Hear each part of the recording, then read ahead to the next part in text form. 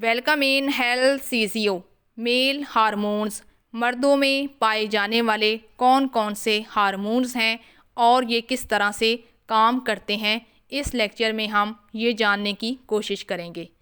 انسانی دماغ کا حصہ جس کو ہائپو تھیلمس کہا جاتا ہے، یہاں سے پیدا ہونے والے ہارمون کو گونیڈوٹروفن ہارمون کہتے ہیں۔ یہ انٹیریئر پیچوٹری یعنی کہ پیچوٹری گدود کا جو سامنے والا حصہ ہوتا ہے، اس کو تحریک دے کر کچھ ہارمون پیدا کرتا ہے۔ وہ کون سے ہارمونز ہیں؟ ان کے نام یہ ہیں۔ پہلے نمبر پر FSH یعنی کہ فولیکل سٹیمولیٹنگ ہارمون، اور دوسرے نمبر پر ہے لیوٹینائزنگ ہارمون۔ فولیکل سٹیمولیٹنگ ہارمون، یہ ہارمون سیمنیفیرس ٹیبیولز پر عمل کر کے سپرم تیار کرنے کے قابل بناتا ہے۔ اب یہ سیمنیفیرس ٹیبیولز کیا ہوتی ہیں؟ اس ٹیبیولز کو جاننے کے لیے آپ کو تولیدی نظام والے لیکچرز دیکھنے ہوں گے، جس میں ہم نے بڑی ڈیٹیل کے ساتھ میلز کے تمام اجزاء کو اور ان کی تفسیر کو بیان کیا ہے، تاکہ آپ کو یہ سمجھ آ جائے کہ سیمنیفیرس ٹیبیولز مردوں میں کہاں پر پائی جاتی ہیں اور ان کا کام ہوتا ہے کہ یہ سپرم کو بناتی ہیں۔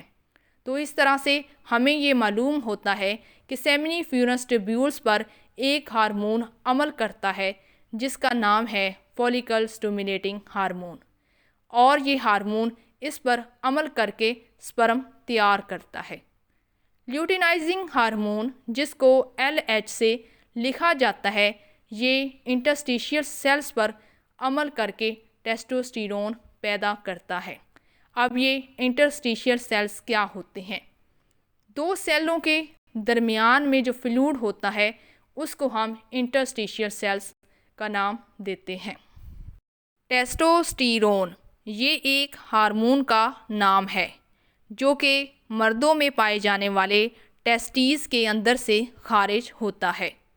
ٹیسٹوسٹیرون یہ مردانہ خصائل اور علامات پیدا کرنے والا ہارمون ہے جو کہ مندرجہ ذیل افعال سر انجام دیتا ہے۔ پہلے نمبر پر ہے کہ ٹیسٹوسٹیرون ہارمون کی وجہ سے مردوں میں آواز میں زور اور بھاری پن پیدا ہوتا ہے۔ دوسرے نمبر پر ہے اعضائے تناسل کی نشوونما یعنی کہ گروتھ آف جینیٹیلیا، اسی ہارمون کی وجہ سے ہوتی ہے۔ تیسرے نمبر پر ہے چہرے، بغل اور چھاتی پر اسی ہارمون کی وجہ سے بال اگتے ہیں۔ چوتھے نمبر پر ہے کہ پیٹ کے نیچے پیوبک پر بال اگنا اسی ہارمون کی وجہ سے ہوتا ہے۔ پانچویں نمبر پر ہے کہ testosterone hormone secondary sex characteristics کی علامات پیدا کرتا ہے۔ اب یہ سیکنڈری سیکس کریکٹرسٹکس کیا ہوتے ہیں؟ مردانہ بلوغت کی خصوصیات ظاہر کرنے کا ذمہ دار ہونا سیکنڈری سیکس کریکٹرسٹکس کہلاتا ہے۔ ایسٹروجن ہارمون، ایسٹروجن ہارمون کے زیر اثر بلوغت کی خصوصیات نمودار ہوتی ہیں۔ ایسٹروجن کا دوسرا اہم کام، اس ہارمون کے زیر اثر بچے دانی اور پستانوں کا سائز بڑھتا ہے۔ ایسٹروجن کا تیسرا اہم کام یہ ہے کہ اس ہارمون کے زیر اثر عورت کی جسامت اور شکل و صورت، اس کی خوبصورتی کا اظہار ہوتا ہے۔ ایسٹروجن ہارمون کے زیر اثر تولیدی اعضاء میں بڑھوتری اور اضافہ ہوتا ہے۔ اس کا پانچواں اہم کام کہ ایسٹروجن ہارمون کے زیر اثر لڑکیوں کی بغلوں اور جنسی اعضاء کے آس پاس بال اگتے ہیں۔ اس کا چھٹا اہم کام یہ ہے کہ ایسٹروجن ہارمون کے زیر اثر حیض کا دورانیہ مکمل ہوتا رہتا ہے۔ اس کا ساتواں اہم کام یہ ہے کہ اس ہارمون کے زیر اثر ہی عورتوں میں انڈا خارج ہوتا ہے۔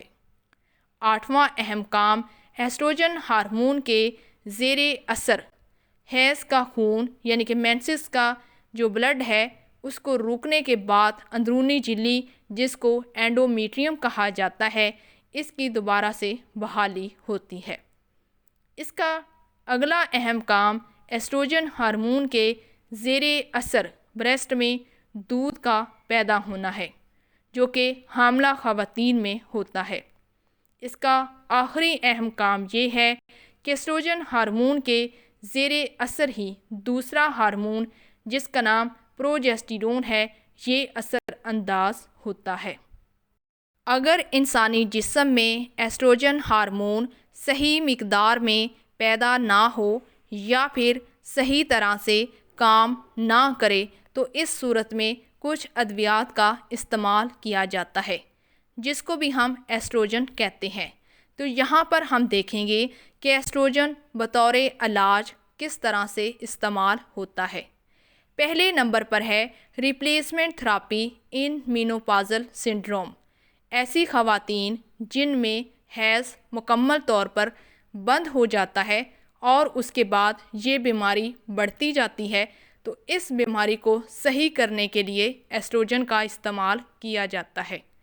دوسرا اہم کام سپریشن آف لیکٹیشن، دودھ کی کمی کو دور کرنا۔ تیسرا اہم کام اورل کنٹراسیپشن، باذریعہ دہن حمل روکنے کے لیے بھی ایسٹروجن کا استعمال کیا جاتا ہے۔ چوتھا اہم کام یہ ہے کہ فنکشنل یوٹرائن بلیڈنگ، بچے دانی سے جریان خون کو روکنے کا کام۔ پانچواں اہم کام کارسینوما آف پروسٹیٹ، پروسٹیٹ کا کینسر، اسی دوائی کی مدد سے صحیح کیا جاتا ہے۔ چھٹا اہم کام یہ ہے cancer of breast 5 year after menopause. Menopause جو کہ ایک بیماری کا نام ہے، سب سے پہلے لفظ مینوپاز کو سمجھ لیں کہ یہ کیا ہے۔ مینو کا مطلب مینسس یعنی کہ حیض ہے، اور پوز کا مطلب ہوتا ہے بند ہو جانا۔ مینوپاز کے 5 سال کے بعد عورتوں میں چھاتی کا کینسر ہونے کا بہت زیادہ خدشہ ہوتا ہے، اور اس طرح سے اس کینسر کو بھی صحیح کرنے کے لیے ایسٹروجن کا استعمال کیا جاتا ہے۔ 7ویں نمبر پر ہے اسٹیرائل اوسٹیوپروسس یعنی کہ سینائل اوسٹیوپروسس، اور اس کے ساتھ ساتھ سینائل ویجینائٹس اینڈ ولویٹائٹس۔ ویجینائٹس اینڈ ولویٹائٹس سے مراد یہ ہے کہ فرج اور ولوا کی سوزش کا ہو جانا، اور اس سے اوپر جو اوسٹیوپروسس تھا، اس سے مراد یہ ہے کہ ہڈیوں کا کمزور ہو کر بربرا ہو جانا۔ تو یہ کچھ ایسٹروجن کے استعمالات تھے۔ اگر انسانی جسم میں اس کی کمی ہو جائے تو پھر ہم اس کو بطور ادویات بھی خرید کر استعمال کر سکتے ہیں۔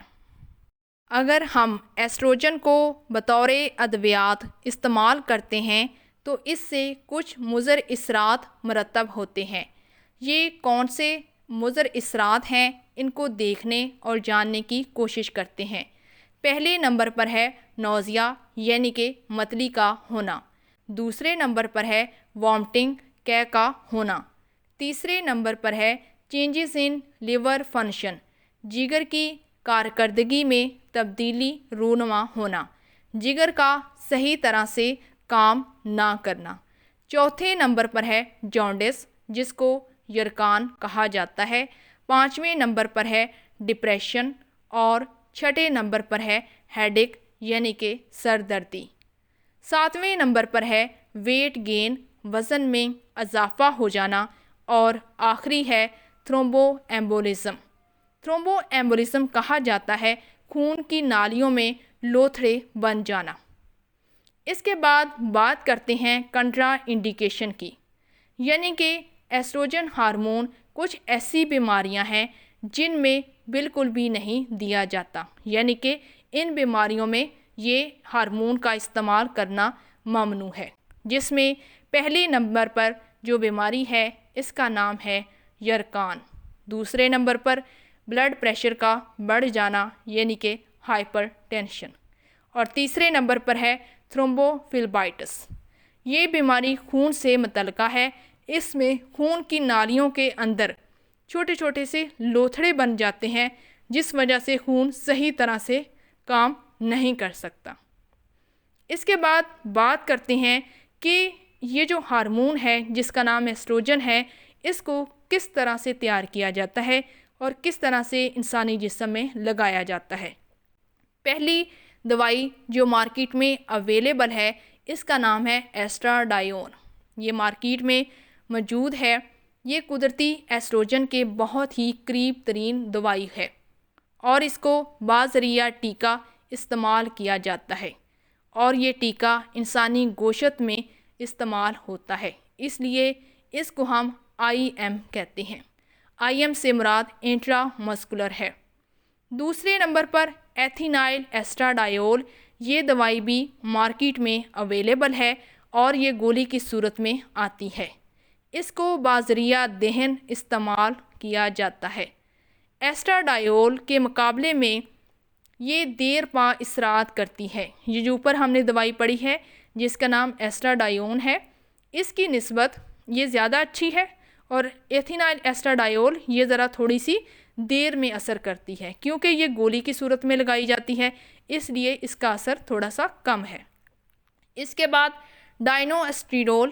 یہ بھی سنتھیٹک ایسٹروجن ہے، یعنی کہ اس کو ہم لیبارٹریز میں بناتے ہیں، جو میتھالینو ایسٹرائیول سے اور کلورو ٹرائی ایمیسین سے تیار ہوتی ہے۔ پروجیسٹیرون ہارمون۔ پروجیسٹیرون ہارمون کے زیر اثر بچے دانی کی اندرونی تہہ، جس کو اینڈومیٹریم کہا جاتا ہے، اس کی تیاری ہوتی ہے۔ دوسرا اہم کام پروجیسٹیرون ہارمون کے زیر اثر حمل ٹھہرنے کی صورت میں انڈومیٹریم، جو کہ یوٹرس کی سب سے اندرونی تہہ ہوتی ہے، بارآور بیضے کو حاصل کرنے کے لیے تیار ہوتی ہے۔ تیسرا اہم کام پروجیسٹیرون ہارمون کے زیر اثر بچے دانی زیادہ سکڑنے سے بچی رہتی ہے۔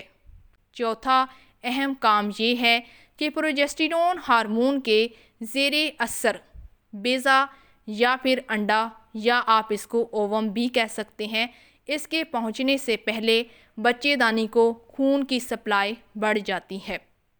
پانچواں اہم کام یہ ہے کہ پروجیسٹیرون ہارمون کے زیر اثر اووم خارج ہونے کی صورت میں بچے دانی کی تہہ میں تبدیلی رونما ہوتی ہے۔ چھٹے نمبر پر ہے کہ پروجیسٹیرون ہارمون کے زیر اثر حمل ٹھہرنے کی صورت میں بچے دانی کی تہہ میں تبدیلی شروع ہو جاتی ہے۔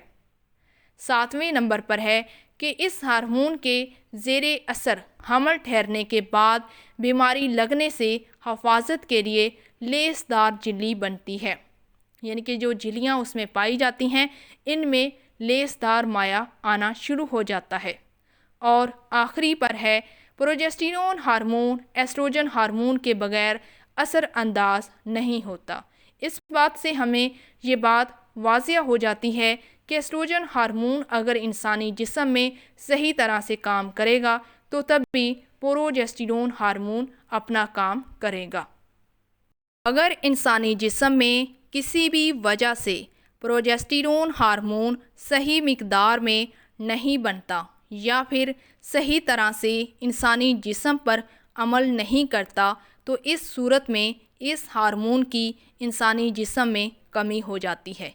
اس کمی کو پورا کرنے کے لیے کچھ ادویات کا استعمال کیا جاتا ہے، ان کو ہم پروجیسٹیرون ہارمون ادویات کہتے ہیں۔